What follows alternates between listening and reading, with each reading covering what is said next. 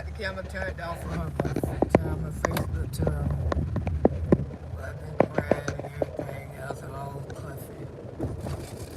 Swole up, nose running. From the tears, but these are tears of joy. We got them, baby.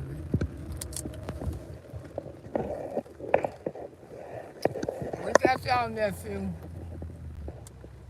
Where you can go get him some help. Thank you, Jesus. Y'all come Christmas replay. But we got him. Thank you, Jesus.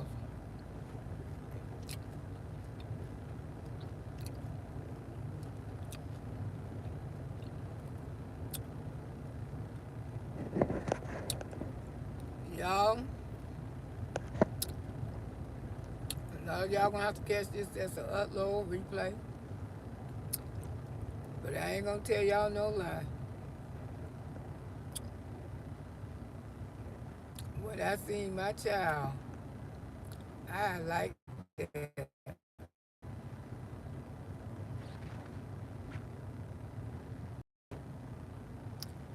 I actually wanted to go around that neighborhood and hunt that fucker down. Because I know who he is. Thanks God I didn't see him. Hey, Jessica.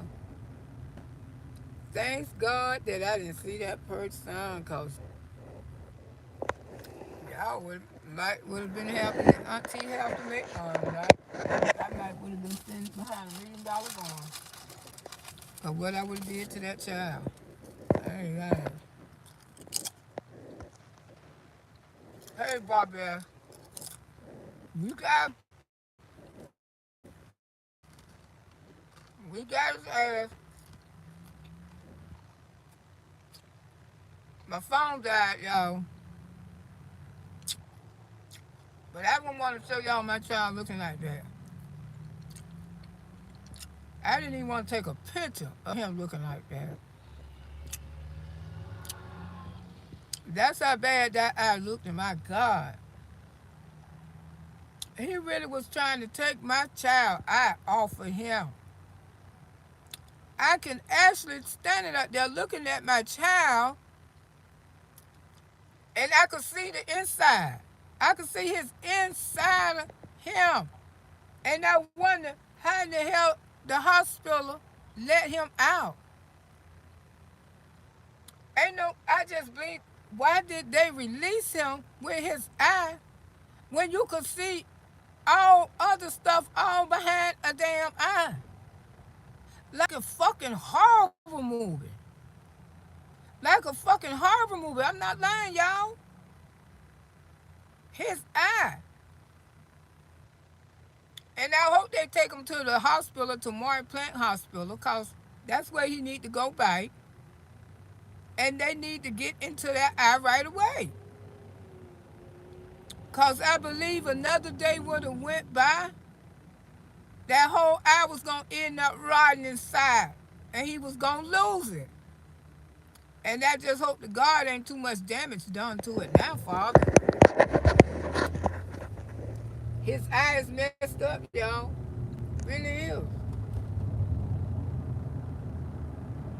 And you know, it took me to do everything to keep from passing out when I seen his eye. I got weak to my knees. I got sick on my stomach. And I ain't never had no stomach problem in my life. But it just really like I just lost it. You know, I got numb. I got weak. I felt sick. I felt nauseous to stand up there and see my child face like that. My God, I never seen nothing like that in my life. And I still don't know how in the hell they let him go, because he probably refusing to stay. Thank y'all for the prayer hands. I appreciate you so much. Now I got him in the hospital. Now my work is still not done. Now I got to contact the hospital. I got to see the judge again. to make sure he stay longer than 72 hours. See, this is what people have to go through when they baker out their family members. And that's what a lot of people be giving up because they don't want to do all that paperwork. They just let them go. But if that's your child,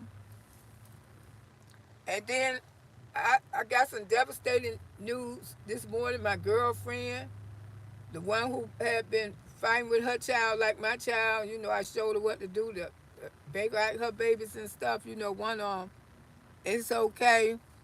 But when she died this morning, yeah, her daughter, she came home yesterday and found her daughter dead in the bed. She said she was just laying like she was sleeping in the bed. And her daughter dealt with mental illness and drugs also. Beautiful girl. Beautiful girl. And some old Negro introduced her to drugs. Some old worthless ass man introduced that baby to drugs. And her mama could never get her off of her with the mental illness. Her mama fought so hard for her too, putting her in and out the mental hospital. She had got where she had got kind of stable, where she would just stay home. Her mama, she was still, because she would be backwards and forward with her mama. But her mama say they doing the autopsy on her to find out what happened to her. I just told her, I said, girlfriend, I hope she ain't get a hold to no fentanyl. Because I buried two cousins 2 years ago. Ain't nobody even knew they did drugs, and they died off of fentanyl. Her and her boyfriend was in the house together. They found both of them dead. Yeah, I said when she came home, and this like her second child. This her second child she's bearing. We think we go through problems, but it always somebody out there worse than we are. I'm doing okay, Richard. Same, but how y'all doing? Why, Dash, all of y'all. Kayla, Brown, Lisa Love. Yeah.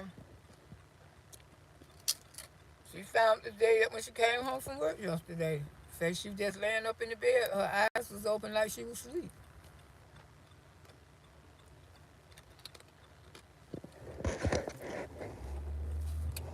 And I said, Jesus, that could have been my child. I could have been saying those same words when I looked at my baby today with his eye all messed up like that.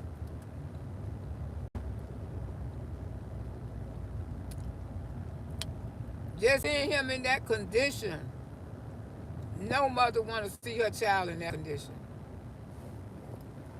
Any mother that truly loved their child, they wouldn't want their child, he don't have to live like that. My son don't have to live like that, y'all. My son don't have to be homeless. There's so many people, so many relatives he could live with. He choosing that life. He have a good income. He choosing that life because of his drug addiction. And when people have strong drug addiction, they don't care what it is. They just want to be close to those drugs. They want to be able to walk down the street and get the drugs of their choice, what they want, what they need. And then with his mental illness, he don't realize how sick he is. He want to dress up. I didn't even recognize my child. I did.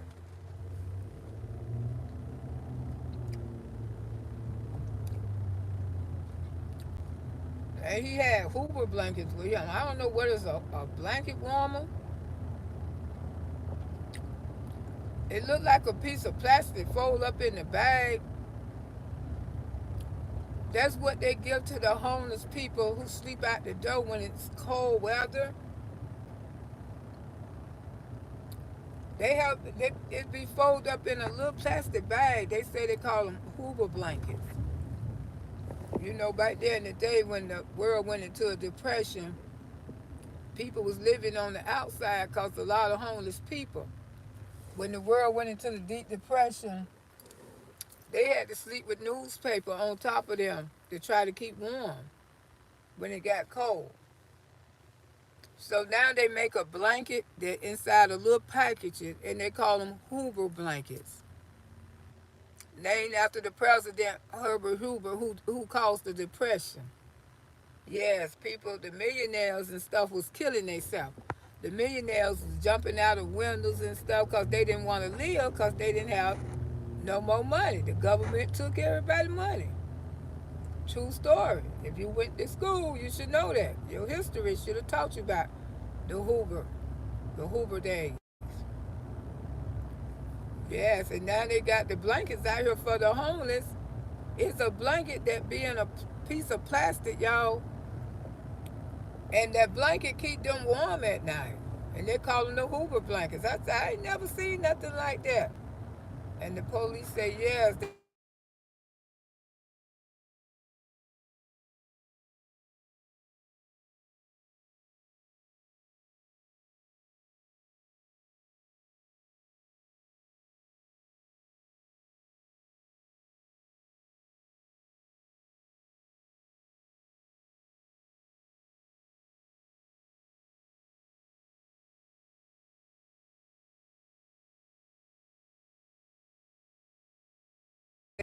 night. She don't even let him come in the house no more, but she will let him sleep on the porch because, with his schizophrenic and without his medication and stuff. Sorry about that, y'all. He can't, but he's sick. He's a very sick young man. So, like I say, what I'm gonna do now, I ain't finna be on here long, y'all. I gotta make some phone calls. I got to make sure they get him some treatment. I'm at least trying to keep him in there for 30 days, where he can get his medication pumped back in him, his shots, and we just got to keep Auntie in her prayer, keep y'all in prayer, keep me in prayer, keep me and my son and my family in y'all prayer, and I appreciate all of y'all. But this is what you have to go through when you bake a loved one. It don't stop. You have to keep going. You know, hey, hey Tyrese, how you doing, love? Auntie and God, you have to keep going. It's not over. Cause if I don't, get in contact with the judge and fill out more paperwork, they'll try to let him out of there in 3 days. And with that eye looking like that, ain't no way. And Jesus, I don't know how they let him out Sunday. That eye is in bad shape. I seen all his inside from that eye. That eye down there, almost out his eye, y'all.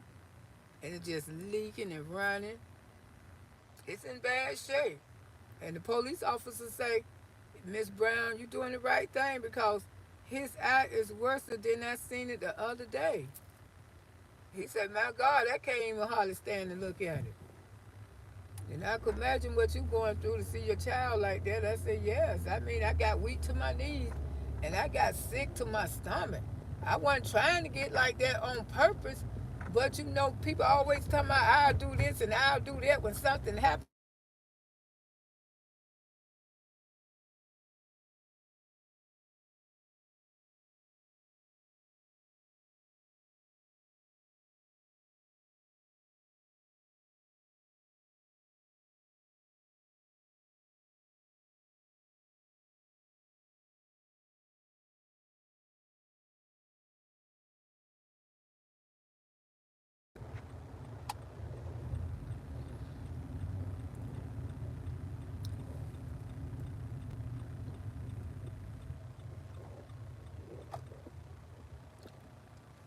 And I said, I know you got me. I never knew that I was gonna I didn't know. But like I say, my stomach, I started getting nauseated. I got weak at the knees. I done there was finna pass out. They was gonna have to call an ambulance for me. They just didn't know it, but they were about finna call one for Auntie. Because I was about to pass out. And I wouldn't have never took my grandbaby because I ain't no way I would want him to see his daddy like that. He's a 19-year-old. You know, just being a 19-year-old child, that's a lot you're getting through trying to graduate from high school. He don't need to see his daddy like that, y'all. And you know, 19-year-olds don't understand a lot of things what their parents go through. But thank y'all for your prayers. But like I say, you know, you can sit up and brag all you want to, tell me, I would have did this if so and so would have did this with me. And I could imagine like when people draw guns and stuff on people and actually rob people, I could see people panicking because you always say, "Oh, if they would have did that to me, they would have dropped that gun on me." But it's something as a state of shock, and that's what Auntie was going in. I was going into a state of shock to see his eye like that. I was down there finna collapse on that damn ground. But I put it together because I know those prayer warriors was on it. And then the devastating news that my girlfriend lost her daughter last night. She came home and found her dead. And her and my son, they was friends. They got along. Both of them had mental illness issues. And her daughter ain't even 30 years old. Beautiful girl. Beautiful girl. Looked like a supermodel. Just got caught up on drugs and mental illness. You know, 2024 is starting off very, but I can't let this get me down. I'm still going to keep pushing this. I'm going to keep trying to be there for mothers who need me. Like I say, I the one taught her how to baker out her daughter, and now she done lost her child.